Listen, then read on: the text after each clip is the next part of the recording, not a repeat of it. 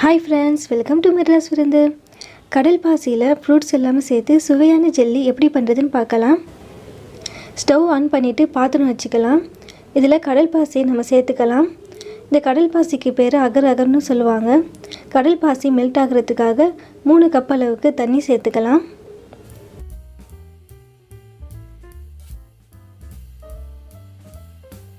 இப்போ பாருங்கள், நம்ம சேர்த்துருந்த கடல் பாசி எல்லாமே நல்லா மெல்ட் ஆகிடுச்சு.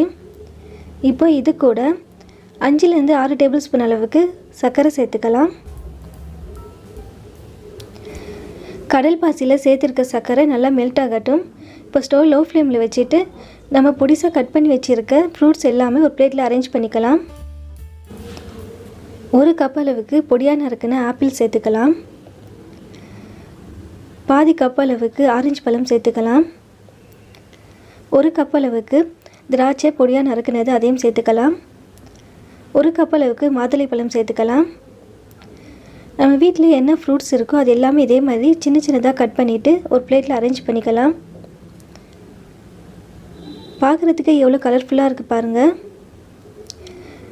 ஃப்ரூட்ஸ் ரொம்ப பெருசாக கட் பண்ணிவிட்டு இப்படி சேர்த்தோம்னா பசங்களுக்கு சாப்பிட்றதுக்கு ரொம்ப கஷ்டமாக இருக்கும். இதை மாதிரி சின்ன சின்ன பீஸாக கட் பண்ணிவிட்டு சேர்த்தோம்னா சாப்பிட்றதுக்கும் ரொம்ப ஈஸியாக இருக்கும். பார்க்குறதுக்கும் ரொம்ப கலர்ஃபுல்லாக அழகாக இருக்கும். இப்போ ஸ்டவ் ஆஃப் பண்ணிக்கலாம். ஃப்ரூட்ஸ் பார்க்குறதுக்கு எவ்வளோ கலர்ஃபுல்லாக இருக்குது பாருங்கள்.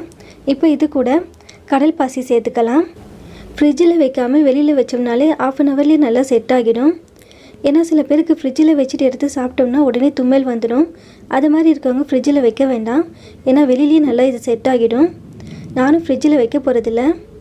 இப்போ பாருங்கள், மேலே இருக்க பபுள்ஸ் எல்லாமே இதை மாதிரி ஸ்பூனால் உடச்சி விட்டுக்கலாம். இப்போ நம்ம எதுவும் இதை டிஸ்டர்ப் பண்ண வேண்டாம். ½ அன் ஹவர்லேயே செட் ஆகிடும். இப்போ பாருங்கள், மீதி இருக்க கடல் பாசியில் 1 கப் அளவுக்கு பால் சேர்த்துக்கலாம். இப்போ இது கூட ரோஸ் எசன்ஸ் சேர்த்துக்கலாம்.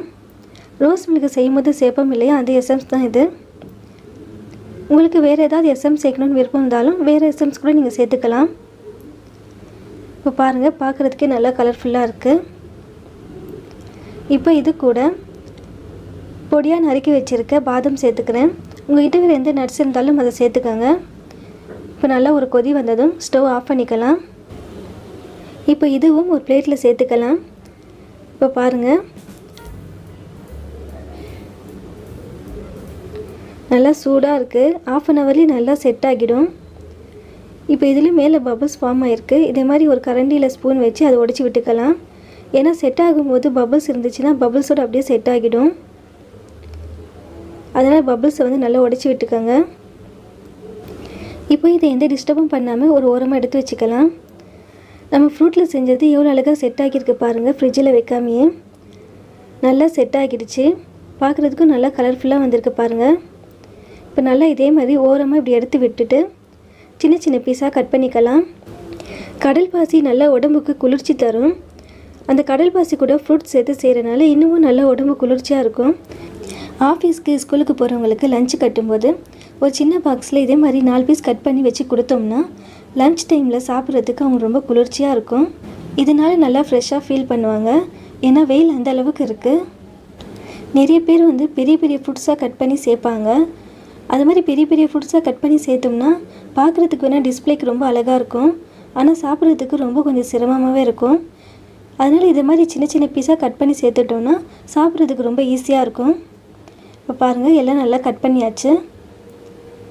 இப்போ உங்களுக்கு ஒரு பீஸ் எடுத்து காமிக்கிறேன் பாருங்கள், எந்த அளவுக்கு நல்லா செட் ஆகியிருக்குன்னு.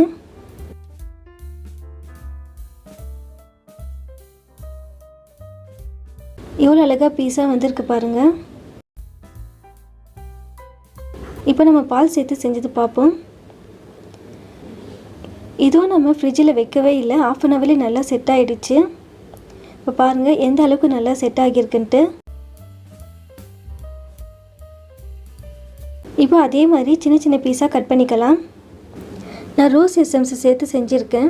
உங்கள்கிட்ட பிஸ்தா எசன்ஸ் இருந்தாலும் சேர்த்து செஞ்சு பாருங்கள். அது இன்னமும் ரொம்ப டேஸ்ட்டாக இருக்கும்.